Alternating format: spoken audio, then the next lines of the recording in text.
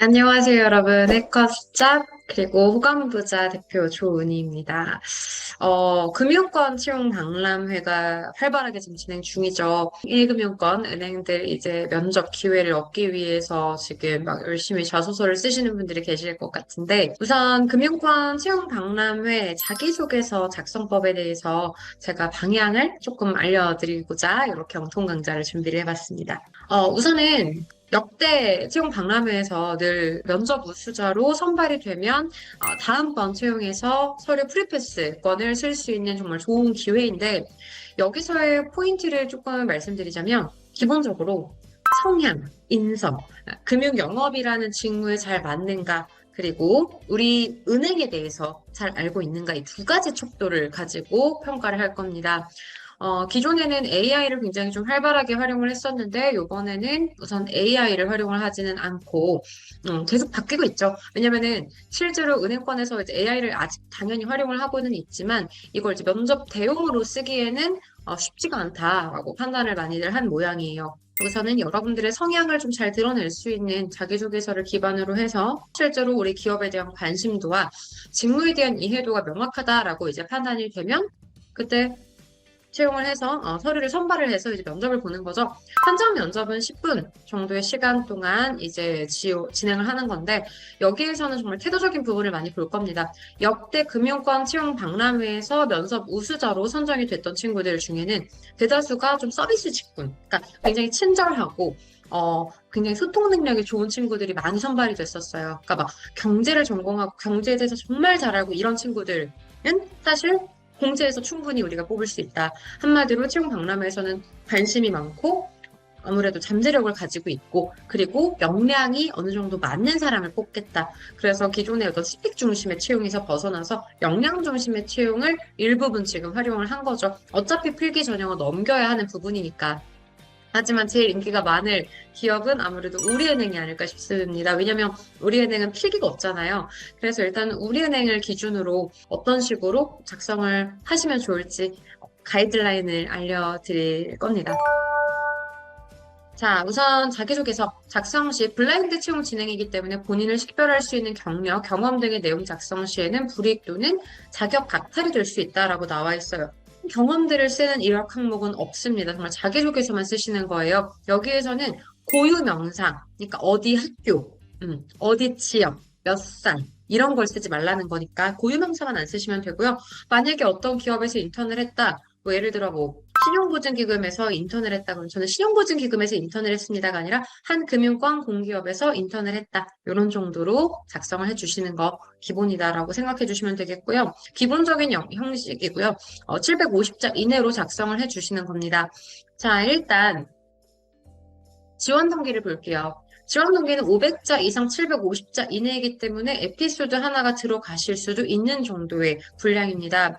일단은 금융권 지원 동기를 작성을 하실 때 가장 중요한 건 내가 얼마나 이 기업에 대해서 잘 알고 있는지를 연결을 해주시는 거거든요. 실질적으로 은행마다 다 특성이 있습니다. 자, 기업은행 같은 경우는 중소기업을 위한 은행, 그리고 국책은행이자 공기업이죠. 그러다 보니까 중소기업의 상생, 중소기업의 존립, 소상공인들의 자주적인 경제활동을 지원해주기 위해서 여신 업무가 굉장히 많고요. 지원을 해주는 업무가 많습니다. 그래서 지원 동기를 작성을 하실 때 기업은행 같은 경우에는 얼마나 이 기업은행의 영향력이 큰지, 뭐 실제로 공공성을 가지고 있는 은행들 같은 경우에는 기업은행의 경우에는 중소기업을 위한 은행, 국책은행, 소상공인들 그리고 시장 경제를 위해 아낌없이 베푸는 그런 공익 상생의 역할. 그러면서도 최근에는 이제 창업에 대한 부분까지 해서 우리나라 경제 전반에 걸쳐서 소시민들, 소상공인들이 일어날 수 있게끔 서포트를 해주는 그런 기업의 역할이죠. 한마디로 역할에 대한 공감. 이 역할이 정말 중요하다는 걸 잘 알고 있고, 그래서 아무래도 화제거리를 쓰실 때 소상공인들이나 중소기업들이 얼마나 어려운지 이걸 내가 직접 봤다거나 아니면 이들이 얼마나 대들보 역할을 하고 있는지 이런 부분들을 좀 연결해 주시면 좋겠죠. 그래서 난 기업은행이 정말 많이 필요하다고 생각하고 이러한 기업은행에서 나의 역량을 기여하고 싶어서 지원을 하게 되었다. 그래서 결론은 역량을 기여할 수 있기 때문에 이러한 역할을 이해하고 여기에 이 기업의 행보에 내가 가진 역량, 뭐 1, 2, 3 있겠죠. 이거를 읽다가 여기에서 좀 더 어필해 주시면 좋겠죠. 이거를 좀 더 풀어주는 게 바로 금융 전문가가 되기 위한 노력으로 연결을 해주시는 겁니다. 을 기여하고 싶어서 라고 가져가시면 되겠고요. 기업은행이 그렇다면 농협은행도 특징이 있죠. 농협은행, NH 농협은행. 마찬가지로 농민을 위한, 그래서 상생, 약자들을 위한. 그래서 실제로 농협에 있어서의 어떤 자금 역할을 담당을 하고 있죠. 하지만 거의 시중은행이나 다름없기 때문에 실제로 최근에는 디지털 금융에 대해서도 굉장히 많은 강조를 하고 있고요. 실제로 디지털 금융을 선도한다라고 볼 수 있기 때문에 농민을 위한 상생, 공익성에 대한 역할, 어필, 포인트 혹은 디지털 금융을 선도하는 곳에서 따뜻한 디지털 금융을 선도하는 농협은행에서 내가 가진 역량을 많이 기여하고 싶어서 이런 식으로 연결해 주시면 좋을 것 같고요. 다음으로는 신한은행 그리고 우리은행. 자, 신한, 우리 그리고 하나, 국민. 이런 은행 같은 경우는 일반적으로 봤을 때 시중은행이지만 역할이 조금씩 다릅니다. 제가 매번 자료집을 뿌리면서 알려드리기는 했지만 신한은행 같은 경우는 리딩뱅크로서의 역할을 크게 하고 있기도 하고요. 여기에서 이제 디지털 금융을 이끌어가는 부분들도 있고요. 그리고 이제 기업 금융에 대한 부분이라던가 자산 관리에 대한 부분에 있어서도 조금 업계를 리딩하고 있는 혁신 금융이라고 연결해 주시면 좋을 것 같고요. 우리은행은 최근 기업 금융을 굉장히 키우고 있습니다. 그리고 이제 PB센터 같은 경우도 굉장히 크면서 전문화된 다양한 상품들을 필요하고 있고요. 그리고 이제 글로벌 리딩뱅크에 있어서도 굉장히 선도를 하고 있죠. 국민은행 같은 경우, 하나은행 같은 경우는 이제 구외환은행이다 보니까 외환에 대한 부분들도 굉장히 중요하기도 하지만 또 그러면서 최근에는 디지털을 굉장히 많이 강조하고 있다는 부분들도 있습니다. 디지털은 모든 시중은행들이 다 마찬가지기는 하고요. 그리고 국민은행의 특징은 조응은행, 그래서 소매금융에 있어서 가장 많은 개인금융 고객을 갖고 있다는 점. 그래서 이들을 활용해서 실제로 니즈를 명확하게 파악한 서비스들을 계속해서 진행을 해 나가고 있고요. 그리고 이제 내방하시게 되면 영업점 내 디지털 시스템에 대한 부분들도 굉장히 잘 갖추고 있다는 거. 그리고 고객의 니즈를 가장 명확하게 파악하기 위해서 마케팅 쪽도 따로 뽑고 있는 거죠. 그래서 고객의 니즈를 가장 먼저 제대로 파악하기 위해 노력하고 있는 금융. 이렇게 특징적인 부분들을 요약을 해볼 수 있을 것 같습니다. 그럼 이걸 어떤 식으로 풀어가느냐? 최근 금융권 현황, 최근에는 이러한 금융이 이런 식으로 완화되고 있고 비대면 금융이 도래하고 있고 금융의 틀을 허물어서 금융은 이제 더 이상 금융만 제시를 해주시는 것이 아니라 고객의 니즈를 완벽하게 파악해서 고객들이 조금 더 현명하게 자산 관리를 할 수 있는 것뿐만이 아니라 소비에 대한 관리 그리고 더 많은 기능들을 통해서 좀 더 나은 삶을 살 수 있게 해주는 새로운 생활금융 플랫폼이 되었다라는 현황. 그 중에서 이러한 산업을 리딩하는 우리은행, 국민은행, 신한은행의 어떤 가치. 그래서 최근 이슈들을 조금 넣어주시면 좋겠죠. 디지털 혁신센터를 신설했다거나 고객들의 니즈를 완벽하게 파악해서 그들을 조금 더 사로잡을 수 있는 이런 이벤트들을 만들어 나간다거나 MZ세대들을 위한 이런 이벤트 혹은 ESG 경영에 대한 부분들이 나올 수도 있겠고요. 혹은 이제 옴니채널 방식으로 영업점을 잘 활용할 수 있다는 부분들이 있을 수도 있고 또 기업금융을 좀 더 혁실화해서 기업금융에 대한 어떤 퀄리티 그리고 기업금융 고객들을 좀 더 사로잡을 수 있는 여러 가지 상품들, 최근 이슈 현황들을 얘기를 해주시면 됩니다. 그런 부분에 있어서 공감을 하게 되었고, 나는 이러한 은행의 가치, 실제로 은행들을 보시면 비전이나 인재상에 대한 부분들은 거의 다 비슷비슷하거든요. 보시면 핵심 가치가 우리은행은 고객 신뢰 전문성 혁신에 대한 부분이면 신한은행은 고객 중심 상호 존중 경화 주도 최고 지향 주인 정신. 국민은행은 또 마찬가지로 고객 중심 전문성 혁신주 똑같아요. 여기 중에서 내가 가지고 있는 가치 하나를 선택하시면 나는 만약에 혁신이다. 나는 항상 혁신이 가장 중요하다라고 생각을 하고 혁신이야말로 다 넥스트 제너레이션을 우리가 선정하고 비대면 금융을 선도할 수 있는 가장 큰 무기라고 생각을 하고 혹은 우리은행이 이런 식으로 선도할 수 있었던 비결은 늘 혁신의 가치를 우선시했기 때문이다. 그리고 나는 항상 이런 혁신의 가치를 우선시하면서 하고 이제 750자니까 내가 혁신의 가치를 실제로 만들어서 좋은 성과를 냈던 경험 살짝 연결해 주시면 좋겠죠. 이렇게까지 내가 매출의 혁신 혹은 영업을 이렇게까지 많이 만들어냈던 경험이 있다. 따라서 내가 가지고 있는 이런 역량들, 지식, 경험, 이런 경력 역량들이 이 우리은행에서 이렇게 발휘될 수 있을 것이라고 생각해서 지원하게 되었다. 보시면 나와 있죠. 우리은행에 대한 칭찬, 그리고 나는 실제로 기술보증기금 이런 곳에서 보증을 지원함으로써 이런 극복한 사례를 보았고 혁신 기업의 잠재력을 이끌어낼 외부의 조력이 중요하다는 걸 느꼈는데 우리은행은 금융약자들을 위해서 이만큼의 성과 그리고 이러한 비전을 가지고 있기 때문에 공감을 하게 되었다. 하면서 이제 이 친구분은 입사 후 포부를 여기다가 작성을 해주셨는데 우리는 입행 후 포부를 4번에 쓰셔야 되기 때문에 여기에다가 그리고 나는 이 비전에 공감하게 된 어떤 계기 실제로 내가 혁신 혹은 다양한 기회를 제공해 줄 수 있게끔 봉사활동 혹은 컨설팅을 할 때 이런 부분들을 제시해서 혁신을 이끌어냈던 경험 그렇기 때문에 내가 가지고 있는 이런 지식이나 경험 이런 역량들이 우리은행에서 잘 발휘될 수 있을 것이라고 판단해서 지원하게 되었다. 가 되시면 되는 거죠. 또 한번 참고해 보실 지원 동기. 이번에 지원 동기에 대해서는 제가 좀 명확하게 얘기를 해드리죠. 국책은행, 공익적인 가치를 갖고 있는 곳들은 이런 어떤 가치에 대한 부분들을 얘기를 해주시면 좋겠죠. 나는 책임감을 갖자라는 가치관에 따라 고객과 함께 성장하고자 지원을 하게 되었다. 나는 이런 디지털 소외계층분들을 만나면서 디지털 금융의 중요성을 느꼈고 특히 땡땡은행은 이런 금융 혁신을 위해서 이런 상품들이나 이런 서비스들을 제공을 함으로써 이곳에서 성장을 하고 싶어서 지원을 하게 되었다.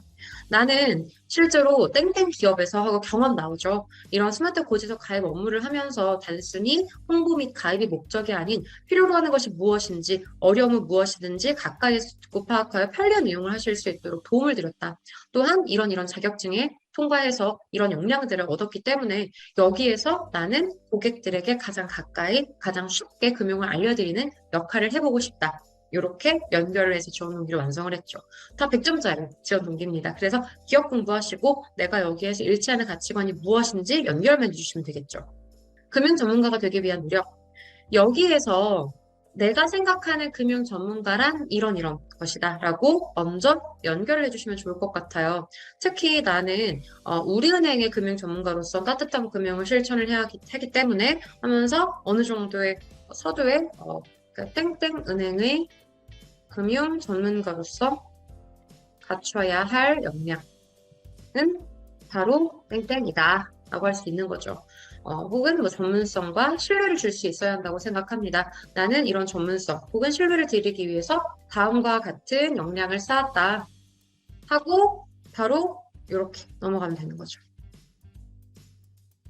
그렇죠? 자, 처음 교육. 나는 특히 이런 부분에 있어서 이러한 교육 사항을 했다. 그래서 예를 들어 나는 이런 경제에 대한 지식이 필요하다고 판단해서 땡땡땡 학교에서 뭐 땡땡 과목을 수강을 하고 여기에 맞춰서 이런 지식을 습득을 했다. 또한 해당 과목 수업 중에서 이러한 팀 프로젝트를 수행하면서 이런 지식과 이런 역량을 얻게 되었다.